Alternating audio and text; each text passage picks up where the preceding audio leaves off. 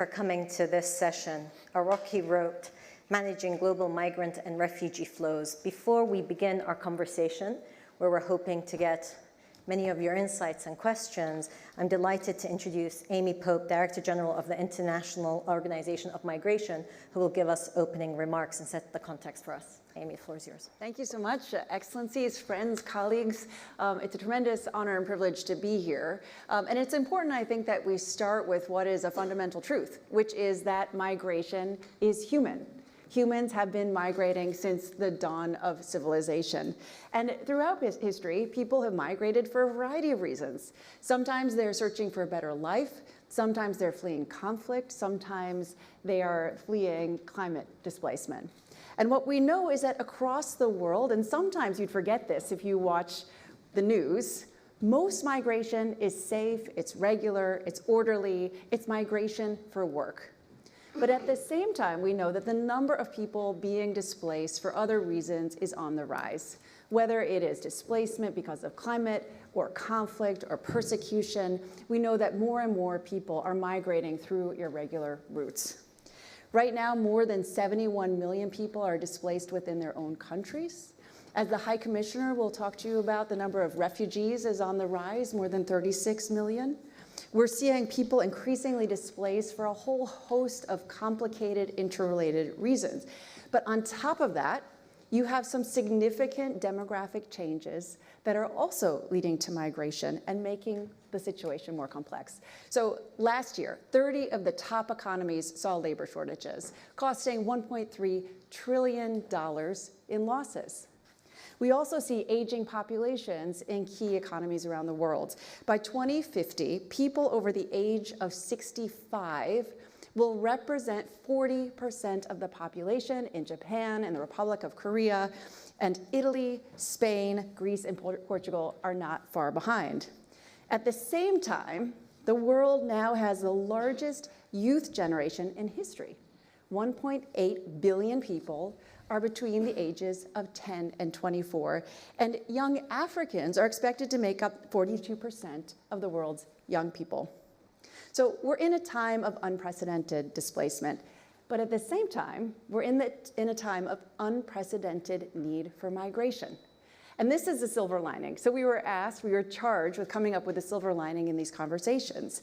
This is the definition of the fork in the road, right? We can choose to do the same old, which we know leads to large numbers of people who are irregularly migrating, subject to exploitation, abuse, driving down wages, having a negative impact in many places in the world. Or we can choose to come up with a much better system for connecting people to opportunities.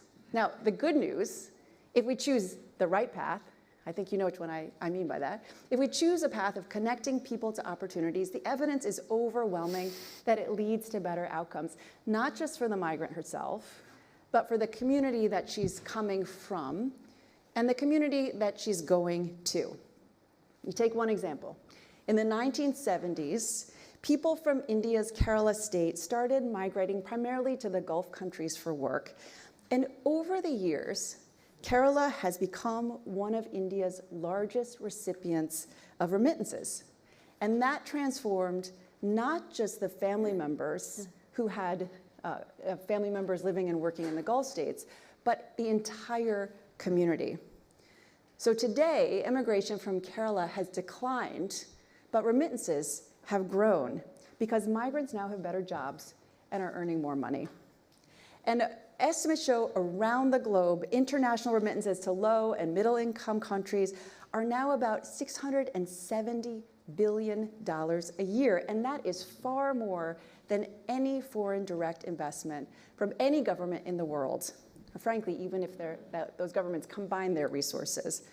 So that means that we have this moment. We can choose a pathway where we start to connect people with opportunities, where development assistance goes to enabling people to find those job opportunities, and ultimately will not only enable the development of the communities where people are coming from, but enable the development, innovation, exchange of ideas, exchange of skills for people in the communities where they're going to. So If we don't do this, I think we can predict what will happen. It's not just the irregular migration. It's not just more deaths on the sea or more deaths in the desert or more deaths along the route or exploitation, but it's one less doctor, one less software engineer, one less person who's providing care for someone in a care home. And multiply that by millions, that's the cost we're talking about. It's the cost in the loss of human potential at a time when that human potential is so desperately needed. So, ladies and gentlemen, that's the discussion here today. How do we take the path that leads us to better sustainable development outcomes for more people in the world by leveraging migration to deliver those outcomes? Thank you, Amy. Very compelling, and I love that you started with migration is human. Because I think often when we get deep into these conversations, we move away from that point of migration is human. So welcome to this session. I am Mina Al-Arabi. I'm the editor-in-chief of The National. I was a young child when I became a refugee, and I am now a migrant by choice working in the UAE, an Iraqi refugee, British citizen, and working by choice in the UAE. And it shows you the difference and the disparity between if you're a migrant going for a great opportunity if you're skilled, and if you're a refugee without documents, and difficulties we see around the world. Putting this in context, not only the issue of identity and politicization, but also, of course, the economics of many of this. So we have a wonderful panel here and only limited time. I'm going to start by introducing our panel. Of course, you've heard from Amy Pope, Director General of International Organization for Migration. We've got Filippo Grandi, of course, of UNHCR, the High Commissioner for Refugees. We have His Excellency President Bernardo Arevalo, who is President of the Republic of Guatemala. And of course, we have with us European Commissioner for Home Affairs from the European Commission, Ylva Johansson. Thank you for being here. So I want to turn to you, Filippo, please, to start with you. Give us a status update on the issue of refugees and where we are today. Actually, my job is now much easier after Amy's introduction, giving the big picture, and after your important distinction. You know, you are, I know very well, we've known each other for many years, you were a refugee, and now you are a migrant by choice. You summarize both stories so well, and I think this is also explains better definitions which sometimes are a little bit nebulous or difficult to understand. Of course, my organization deals with a very specific aspect of this extremely complex human mobility phenomenon, probably the biggest human mobility phenomenon history has ever seen, because my organization deals with those that are not choosing to flee, or rather, they are obliged to make certain choices because of war, persecution, violence, etc. And they do so in a world in which the compulsion, if that's the right word, to move is becoming more and more complicated. Often the causes are all intermingled. We have climate becoming more and more of a factor, climate change, I should say, becoming more and more of a factor. Of course, you have economic factors, etc. So we witness in many places routes to Europe. I'm sure Ylva will talk about that. Across the Americas, the President will also speak about that. We see these very complex flows, difficult to define, and not so easy to address because of the complexity of the situation. So I just want to add a few thoughts to what has been said. First, I think we need to be careful not to give in to a narrative that it is impossible to deal with these population movements. This is the narrative that in many places gains votes but leads nowhere, or leads to the wrong solutions that also lead nowhere in terms of being real solutions, the walls, the pushbacks, and all the things that we know. The second thought I want to leave with you is that the movement of people, in particular of refugees, is essentially a movement in the south of the world. There is this strong perception that everything happens from the south to the north, and poor Ylva has to deal with this all the time. Actually, when you look at the statistics, 114 million people forced to flee, refugees or displaced. Those are the figures you also give. the vast majority are not in the rich countries, are in the middle-income countries, or even more often in countries with few resources. Now, and I said that we should not give in to a narrative of impossibility. At the same time, we have to recognize that there is no silver bullet, that many of these simplistic solutions that we hear, especially in Europe, in North America, in other places, simple solutions are not real solutions. A couple of final points that I want to make in this respect. One is that some of us work with refugees, not only here, but all over the world. It's a difficult environment to work in so many ways, security, politics, and so forth. Resources are not sufficient. I am very sorry to have to make that point. Last year, my organization declared an emergency every 8 days. Every 8 days. We have a special procedure and a refugee emergency every 8 days. This gives you a sense of the challenges we have to face with increasingly less resources. Since we are in Munich, I have to say Germany has been one of our staunchest supporters, so has the European Commission, so have the United States, but unfortunately the collective support is not enough. And without strong support to humanitarian action, you take an element out of stabilization of these flows, and you abdicate some fundamental protection responsibilities that we have in respect of these people. We are working more and more with development organizations, all of us in the humanitarian field, to make more sustainable the type of work that we do in countries hosting large numbers of refugees. And final point, of course, Amy and I have been working on this actually from our respective perspectives very much.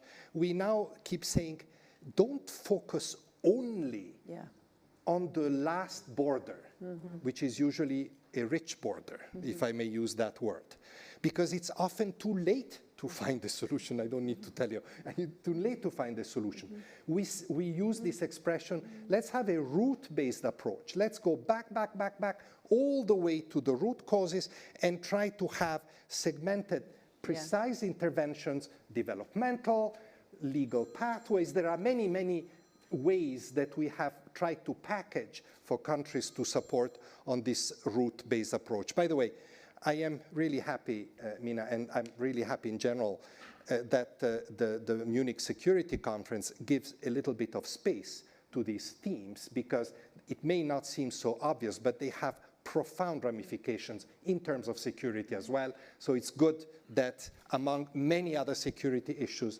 these refugee migration themes are also highlighted. And of huge significance also in terms of trying to figure out how countries work together at a time when we see multilateralism under such strain.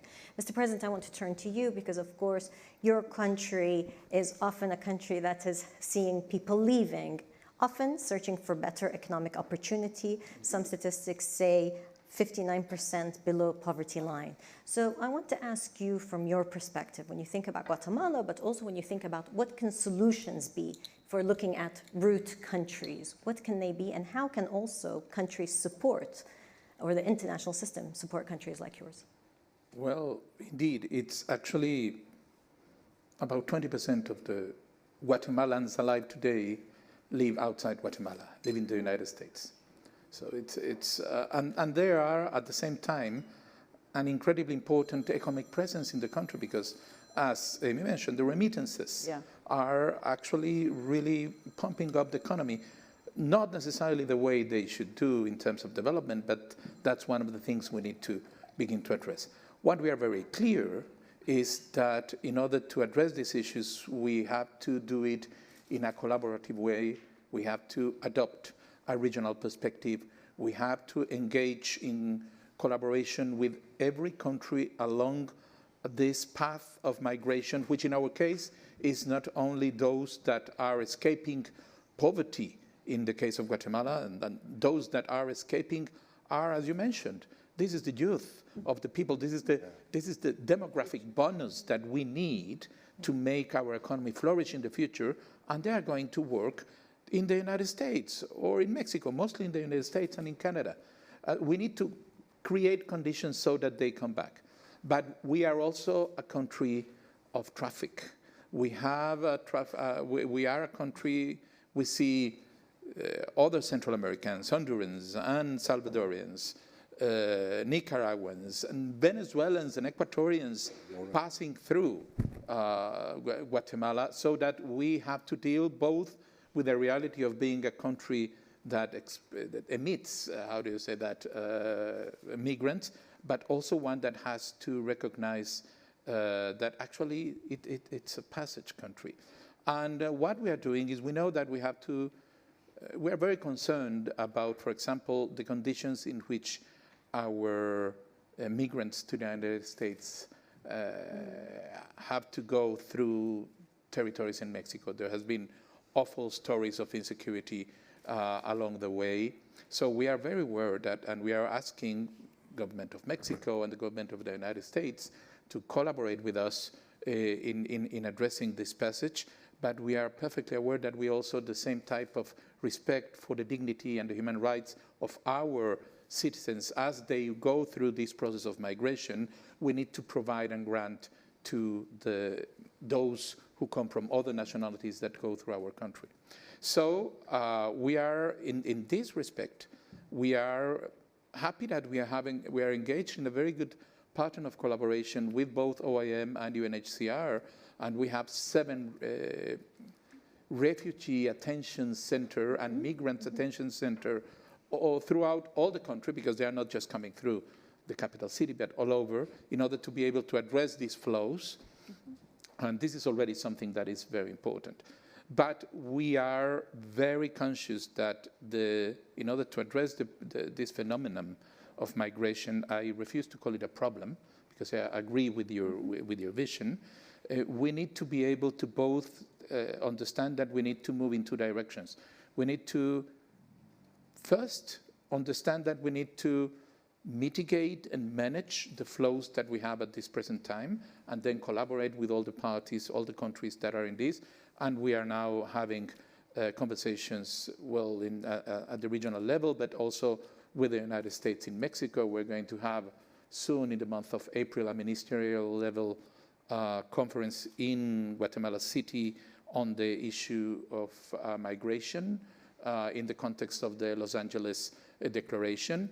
We're going to have very soon a trilateral meeting between the United States, Mexico, and Guatemala to address issues of migration also in preparation. And that is going to provide this framework to address those that are passing through and our own migrants to other countries. But the problem will not be addressed until we really develop those regions in the country that are the ones that are expelling people, regions that have been abandoned out of discrimination, out of abandonment by the state. And we're making a huge effort in order to bring state investment into development infrastructure, not only roads, but waterworks and electrification and so on. But again, this is something that we are also not going to be able to do alone.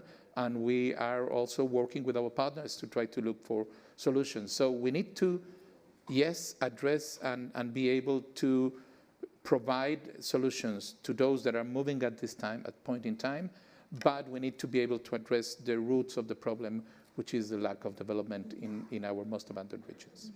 May I ask you, just for a quick follow-up, what are your hopes to come out of the April meeting in Guatemala? What would make you think this was successful? I'm glad we did this. Well, I think that we need to develop regional frameworks that are able to precisely begin to tackle both directions.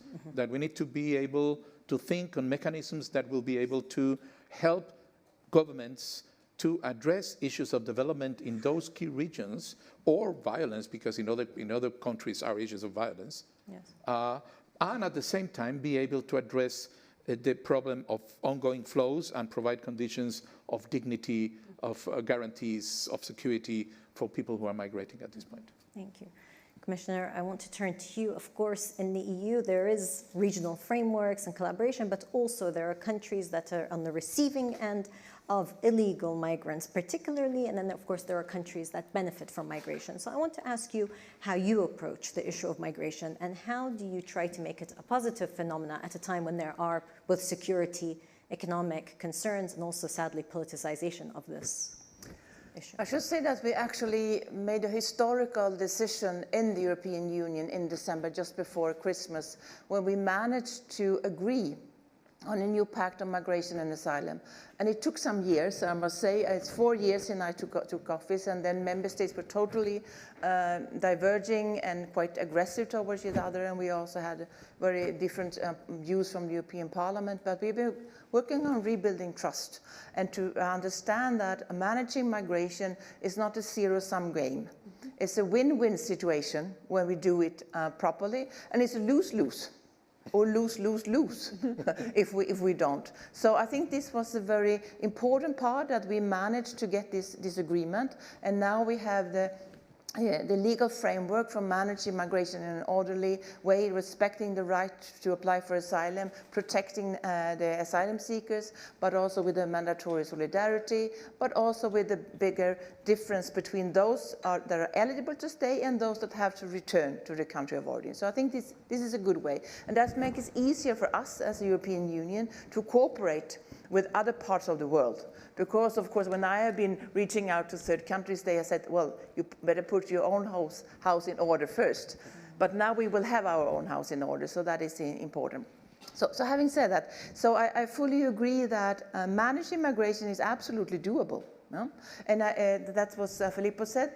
And also I agree with Amy. I think that we are now in a paradigm shift. There's a possibility for a real shift from irregular migration to legal migration because of the demographic global situation. And this calls for political leadership to be brave enough to do this and to link these to each other. That has to be a reduction in the irregular. We have to fight the smugglers to be able also to welcome more on illegal. And I think that also addressed some of the concerns you raised, President, that when migrants come legally, then it's much easier also to go back for a period to your country of origin, to have more of a circular. When you have to pay the smugglers, maybe risking your life, then it's more difficult to have this going back. So I think this is the possibility.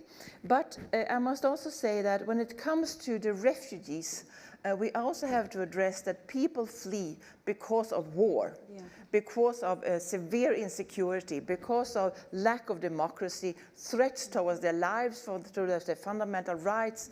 And in this aspect, the globe is not going in the right direction. So this we also have to address. I think this is absolutely necessary, because these people, we have to protect them, but it's also important that we do everything that we can to avoid that this situation comes, and we can see it right now in front of our eyes, you know, how this is coming. So this is important. My last point, how to be able to manage migration orderly. I think figures helps, as Amy put out. In the European Union, the irregular arrivals are 10% of the legal migration. It's a very important distinction. So it's important to remember that figures helps to have the proportions, but it's also, I think it's clear in our member states, but I think you can also witness that this is clear in other member states. It's important how you work on integration. Yeah. Those that have come, you know, legally or whether they are economic migrants or refugees, there's a big difference between those who actually see people as us. You are part of us, not them. And this is the huge difference. And countries that continue to divide people will continue to have problems. Yeah? All countries will have some, you know, initial problems, of course, when a lot of people arrive, and that would take some time and all that. But I think this attitude and how much focus you put on integration is really key, because we also seen when migrants or refugees are living, you know, for years and years and years as them, and that it's very difficult to manage. I want to also bring back the point you raised on smugglers, and I think it's an issue with a lot of this, both irregular migration, but also taking advantage of refugees, where actually, if we talk from a security dimension, smuggling is usually connected to organized crime and other issues. So to what extent do you feel that this issue is tackled in the right way in trying to break up the smuggling networks? No, I don't think it's tackled in the right way. That's why I took the initiative to the Global Alliance to Fight Migrant Smuggling. That really was great. A lot of participants when we started this in November, and there's a lot of interest to be part of this. And I think it's absolutely crucial because today we catch those that drive the lorries or the boats or those small people on the ground, yeah? But this is an organized criminal networks, and they are working along the routes. And so we have to go to the higher level to really target the higher level of these organized criminal networks. And that is more or less impossible for one country alone to do. So that's why we need this global alliance to be able to actually catch those that are actually earning a lot of money while people are dying in the Mediterranean or the Atlantic or the desert. So I think this is really crucial that we have a paradigm shift in how we fight the smuggling networks. Thank you. So I want to turn now to those of you here in the room with us. We have first a comment and intervention from Roberto Patino, who is founder and director of Institute 2100. Please. Yeah. Thank you very much. My name is Roberto Patino. I'm from Venezuela. I fight for democracy in my country and also created an NGO that does humanitarian work. And I want to put the spotlight on my country because it's one of the largest refugee and forced migration crises that is happening around the world. More than 7 million people have left Venezuela in the past years, vast majority of them, as it was explained, to other South American countries. That had made a lot of efforts to integrate them with a lot of difficulties and very few funding. However, in 2021, something was broken, which is what the Darien Gap used to be a physical barrier from people from South America migrating north. And just to give you a couple of figures, between 2010 and 2021, it's estimated that through the Darien Gap, which is a jungle in Panama, only around 140,000 people crossed in their way north. Only in 2021, it was 140,000. In 2022, double, 240,000. In 2023, last year, 500,000. And this year is estimated to reach 1 million people crossing the Darien Gap by foot. Vast majority of them are Venezuelans. And this connects back to Mr. Commissioner Grandi's comment on how this is also related to security.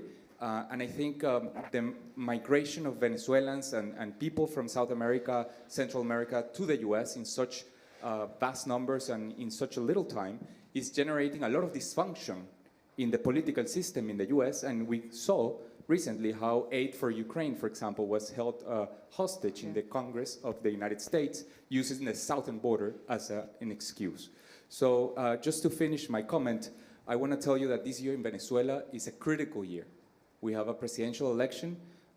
We fear that Maduro doesn't want to allow free and fair elections. The candidate that we selected in the opposition is barred from running. But there is a lot at stake. A lot of people within country want change. And polls show that at least 30 to 40% of the people within the country are waiting to see if this year there is political and economic change, or if not, plan to migrate. Yeah. So this problem could actually double. We're talking a population of 7 million people more that are considering migrating in the short term. So I feel also very humbled and proud to share a space with the president of Guatemala, which achieved a magnificent democratic transition in his country with his team, that it's such a great example for us in Venezuela. And I just hope that this venue and this event serves to put attention on what's going on in Venezuela and help us reach democratic transition and free political prisoners such as Rocío San Miguel, who was in prison a couple of days ago. Thank you. Thank you. Thank you for your intervention. And absolutely, elections this year across the globe will have impacts on some of these issues. Our second comment is from Niels Anan, who's Parliamentary State Secretary, Federal Ministry for Economic Cooperation and Development in Germany. Thank you very much. And actually, I'm very happy Filippo Grandi mentioned that there's a space here in Munich to discuss about those topics. And in our ministry, we are proud to partner with the MSc to make that happen. And I really wanted to just share a few experiences. As Germany is a staunch supporter of UNHCR, of IOM, the international humanitarian system. You all know that we are under budgetary pressure, but we will maintain that support on a high level of financing as well. But Germany is also a country that has welcomed more than 800,000 Syrians. Yeah. Currently, we have more than 1 million Ukrainians in our country. And if you look how that German expression Willkommenskultur, the culture of welcome, and 2015 when most of the Syrians came, but also after the war of aggression against Ukraine started, how that mood can change. It tells you a little bit about the challenge that we have. And I think it's very important to underline and to explain that there is no easy fix for the situation. A war will not do it, a restrictive policy will not do it, so we need to support those countries who are taking the burden. And sometimes my fellow citizens believe that we are the ones who are bearing the biggest burden. And I think we do a lot, but it's nothing in comparison to many of the countries that we are partnering with the German Development Corporation. Another aspect, and again, I think also that the Global Refugee Forum was a very important step towards making that issue clear. Refugees actually can contribute to solve problems here in Germany. And it's our responsibility as politicians to make sure that we set the legal ground. And I think that's also what on the EU level has been achieved. Now the hard work begins, the implementation. But I just wanted to say that we try also to look at those people who are coming back, either because they've been deported or for family reasons or for whatever reason. It's a circular dynamic.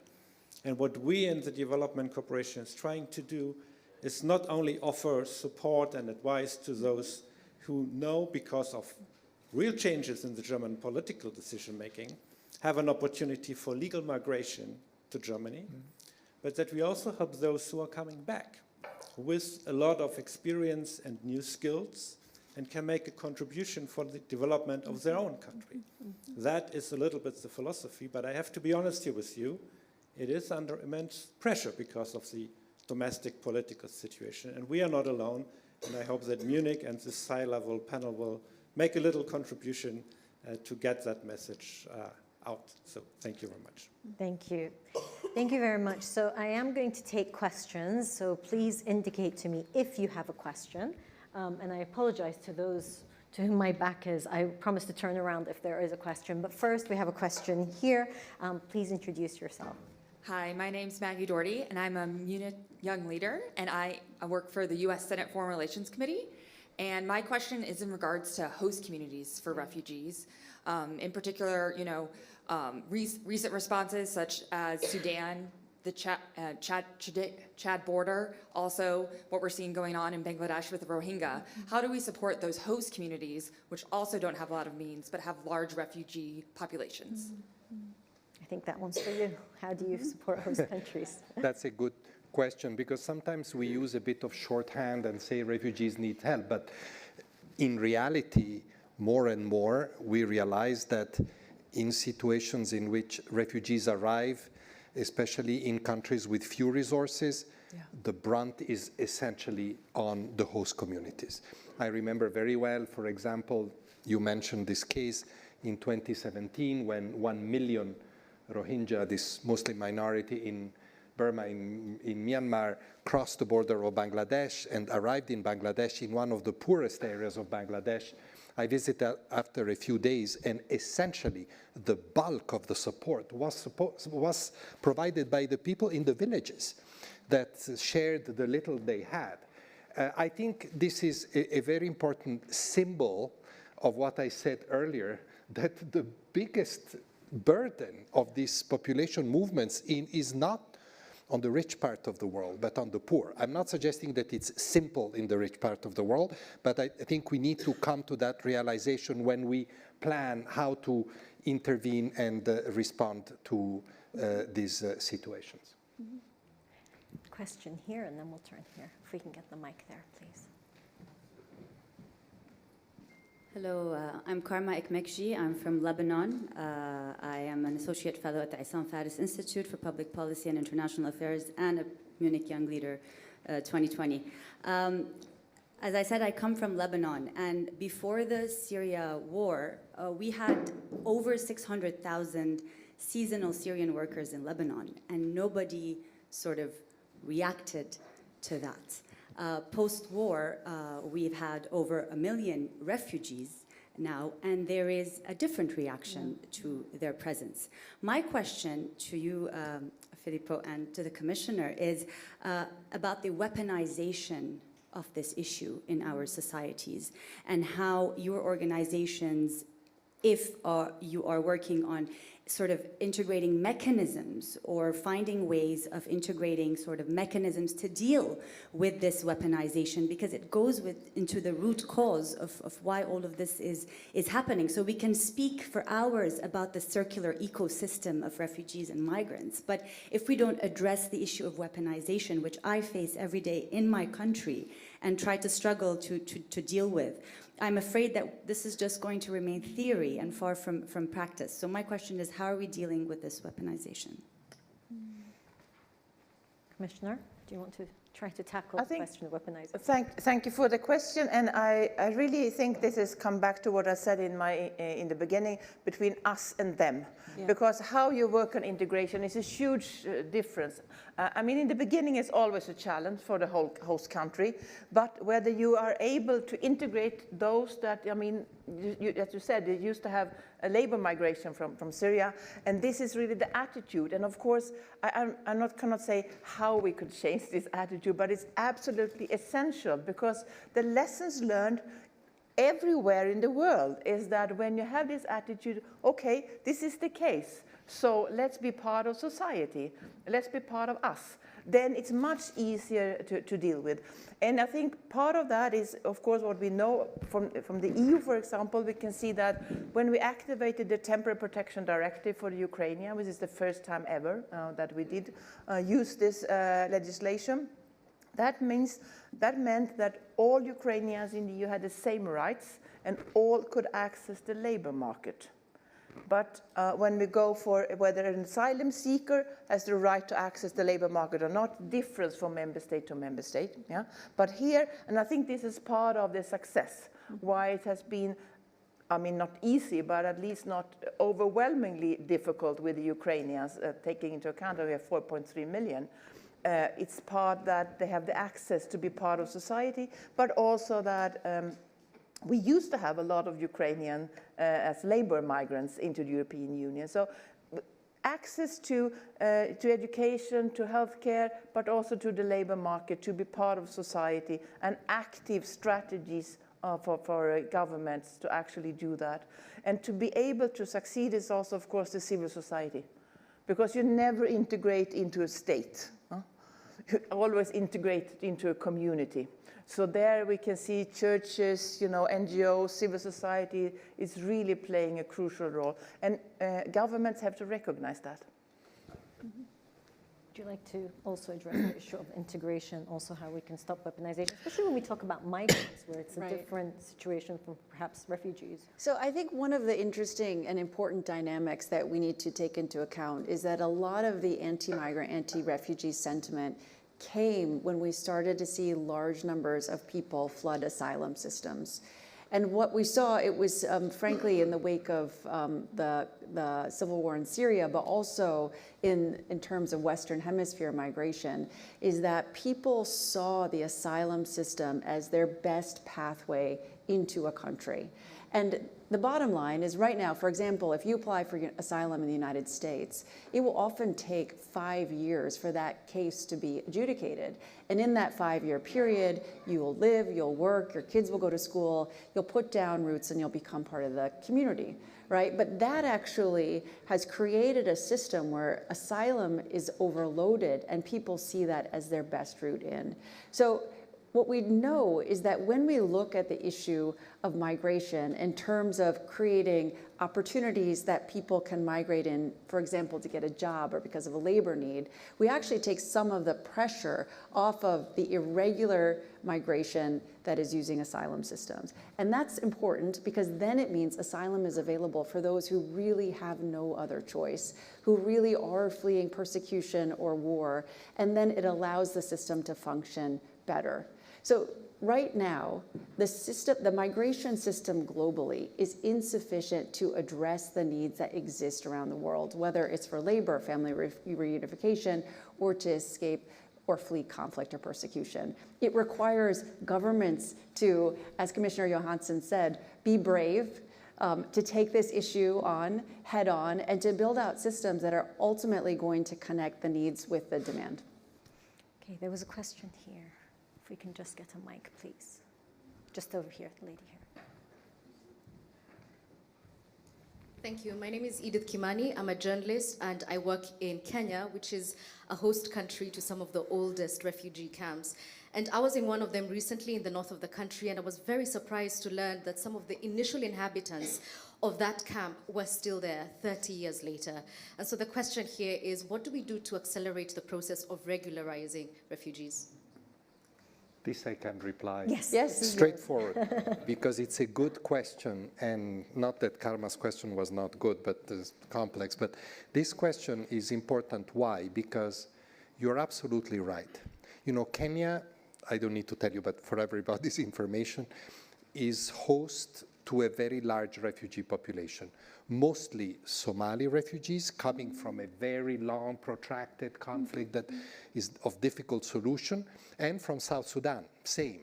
I mean, improvements, but still difficulties and not so many people going back. So Kenya has been a patient host of many countries. The problem is that it's a very complex explanation, but the problem is that the model of assistance that was applied in Kenya at the beginning of the arrival of these people, a very humanitarian model, is not sustainable in the long term.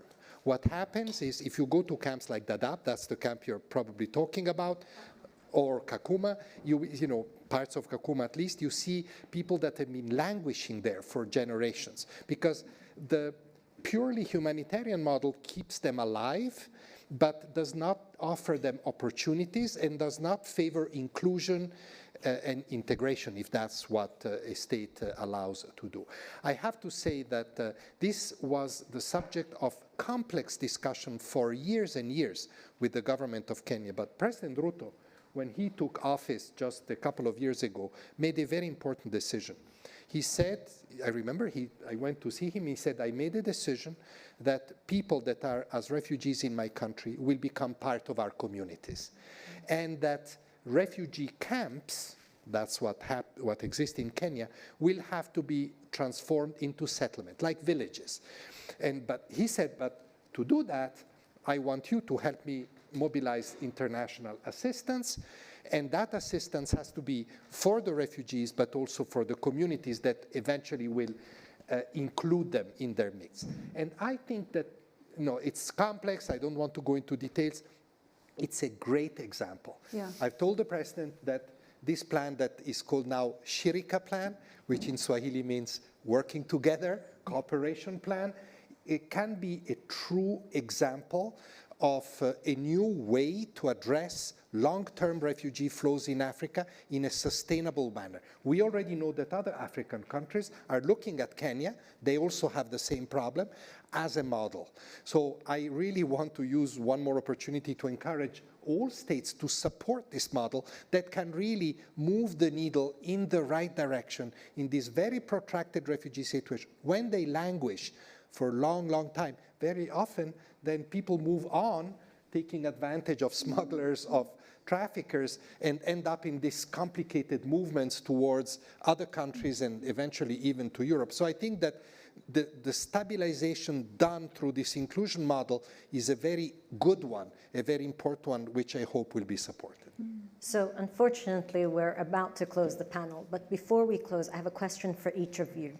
You, Commissioner Johansson, you agreed with High Commissioner Filippo Grandi that it can be solved. You also, Amy Pope, you spoke passionately saying there are solutions. Of course, Mr. President, you're actually working on very tangible solutions. So as we look to 2024, if there was one policy that you want to see implemented in order for us to have a better conversation next year in Munich when it comes to migration and refugees, what would it be? And I'm going to start with you, Philippe. The pact.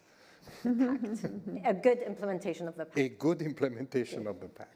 And I can promise to do it. Okay, that's great. Okay, wonderful. Mr. President. Well, for us, I think that it would be in two directions: channeling more investment into the parts of the country that are currently expelling a population because of the lack of economic opportunities.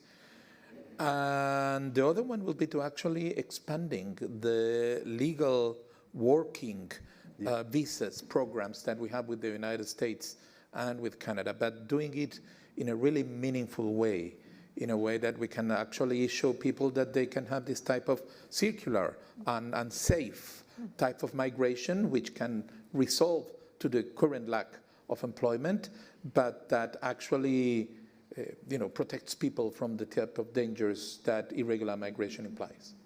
Director General. So I'm going to build on the President's policy recommendation and say not just Canada, the United States, but also looking at the other economies across Latin America and Europe. Because right now we know, for example, Mexico had a 1.6 million labor shortage last year. Yeah. The economies in Uruguay, in Panama, and Costa Rica all had labor shortages. So this suggests that we are doing a very poor job of connecting people with opportunities, and that we need to be thinking much more comprehensively about how to get people access to work. So we need to talk more. I'm on it. Wonderful. Okay, so we have implementation of PACT, talking more for visas for access, regional solutions. In the end, it's not just one country, but also not thinking just of the end country, thinking of solutions in the home countries, as many people would rather stay within their communities unless there's a really compelling reason to leave. So creating those dynamics. Importantly, in our part of the world, in the Middle East, there are many ongoing crises and conflict, like you said, Commissioner, that often conflict and war. We see at the moment, of course, what's happening in Palestine, in Israel. We've had people displaced, of course, terribly in Gaza, but also in Israel, where people don't feel safe here, and in Lebanon, where we have entire villages being pushed out. So we have live conflicts, of course. Sadly, the list can go on. Let's hope that next year we're in a more peaceful moment, but also more of this cooperation happens. Thank you to my great panel, and thank you to all of you here.